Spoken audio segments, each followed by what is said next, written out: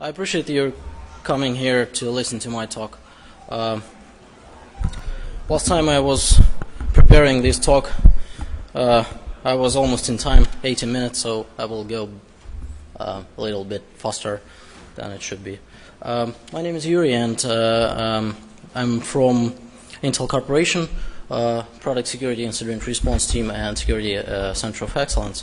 And this talk is about vulnerabilities in the network drivers that can be exploited remotely, both remotely and locally.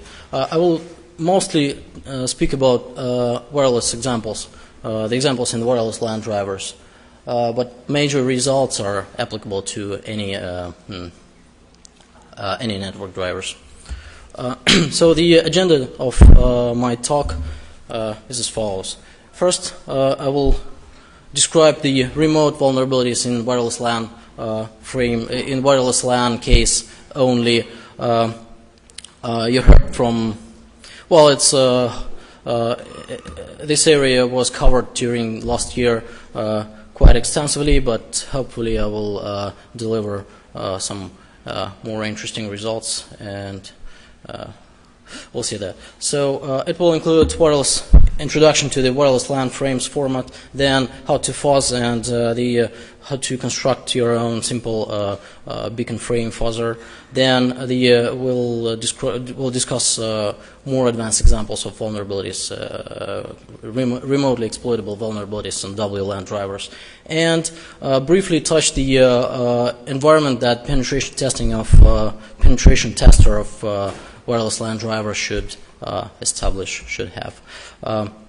Then we'll discuss a simple kernel mode payload on Windows for demonstration purposes. So basically, to demonstrate that the vulnerability is actually exploitable, it is often necessary to show the actual results of exploitation, and this payload can be used for such demo purposes.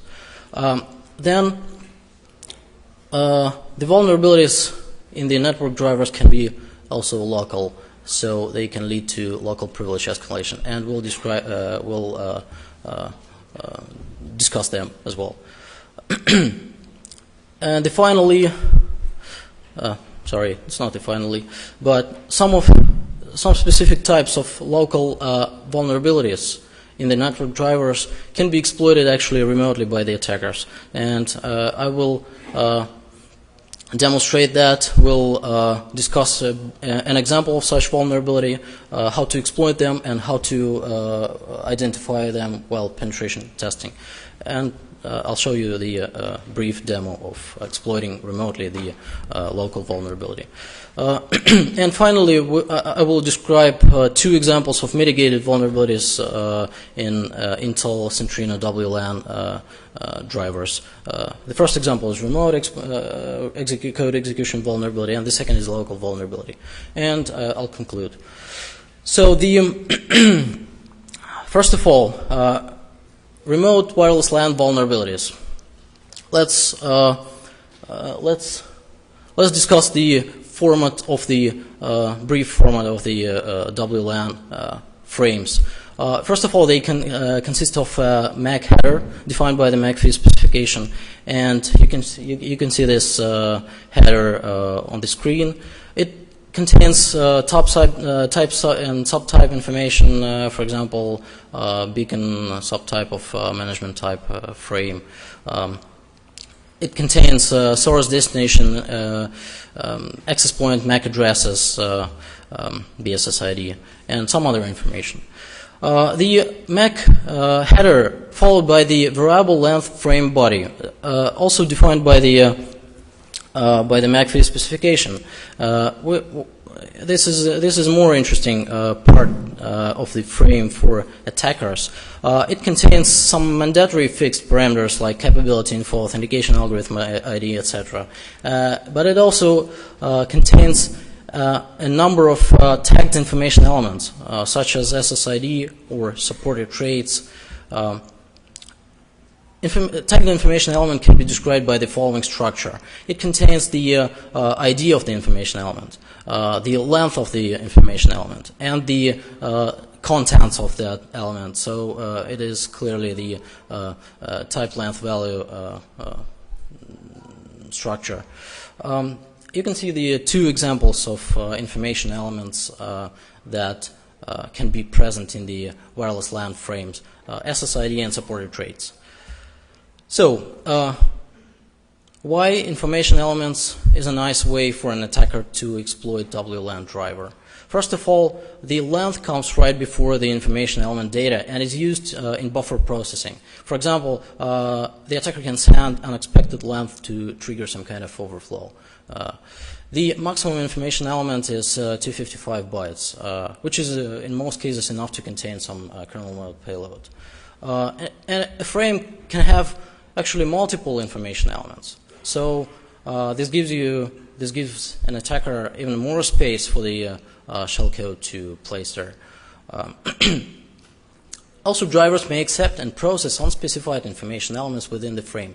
Unspecified means that the MAC-PHY specification doesn't specify that this particular wireless frame has or should contain this information element. But it's not true for some of the drivers. Some of them may parse and accept and process the data in the unspecified information elements. And I will give you some example of that.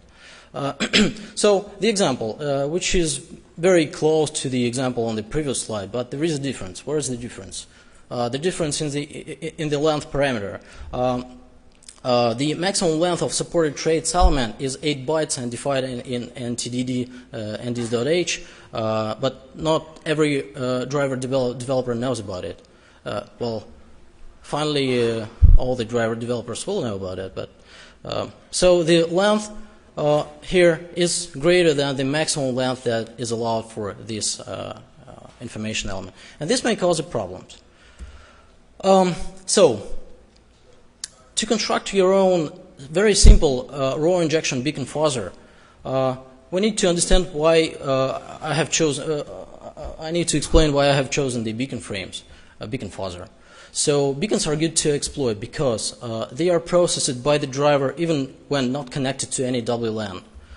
They can be broadcasted and will be accepted by all the stations within the range. They don't need to. The attacker doesn't need to spoof BSSID or source MAC address. The attacker doesn't need a protocol. Basically,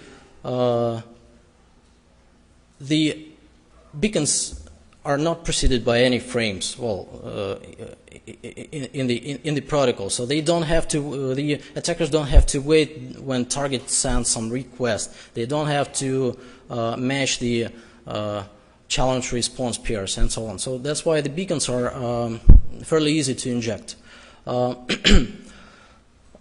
And beacon frames support most of the general information elements such as SSID supported traits, extended supported traits, and so on. So beacons are very rich on information elements.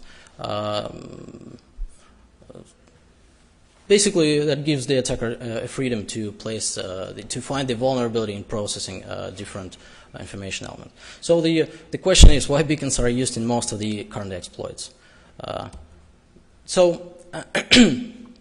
To fuzz a length of a specific information element supported traits within the beacon frame, this code that you can see on the screen, well, basically, I don't need to explain this code in details because it's so simple that anyone can just look at and understand in a couple of seconds. So to the left, it's the header and beacon management frame, fixed parameters, and some fake SSID element, followed by the ID tag of the supported traits element. And to the right is the code that generates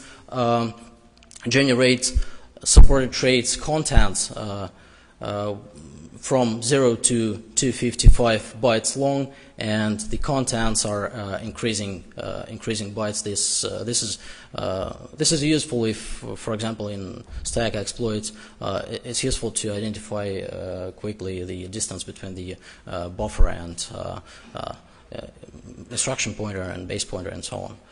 So it's fairly simple, and the full example I'm giving in the white paper.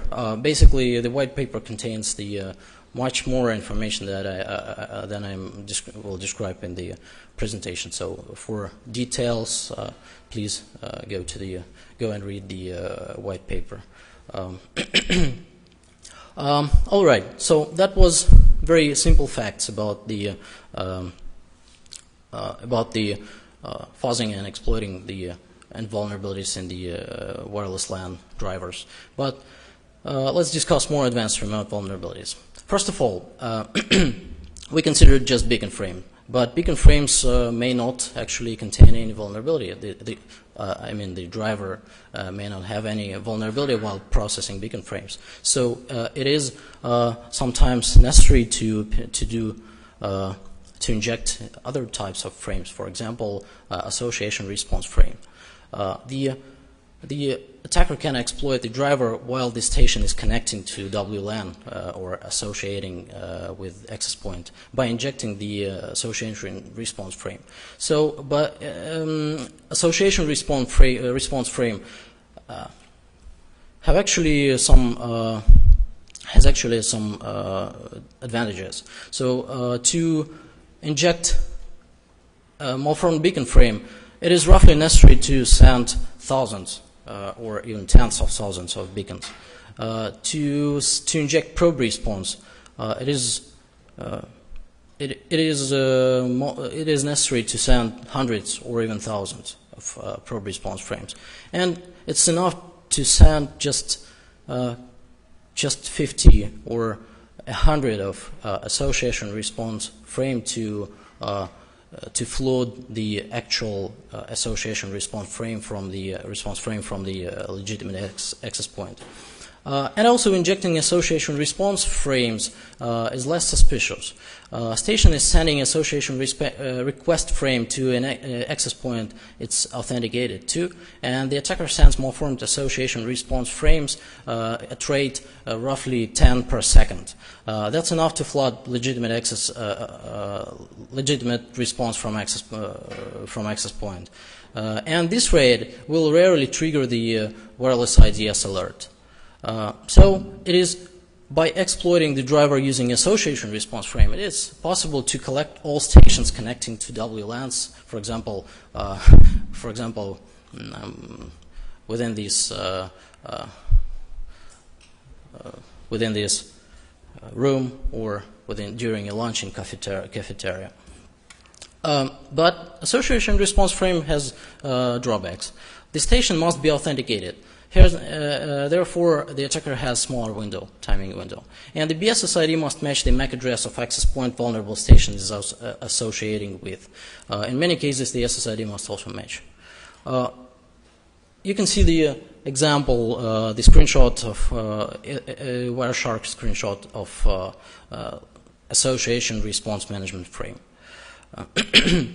So, more advanced examples of vulnerabilities rather than examples of frames used to attack driver. First example, the driver may copy all the information elements into the buffer on the stack or into the pool chunk. So in some cases, it's not enough to fuzz a specific certain information element, like we showed a couple of slides ago with the beacon supported traits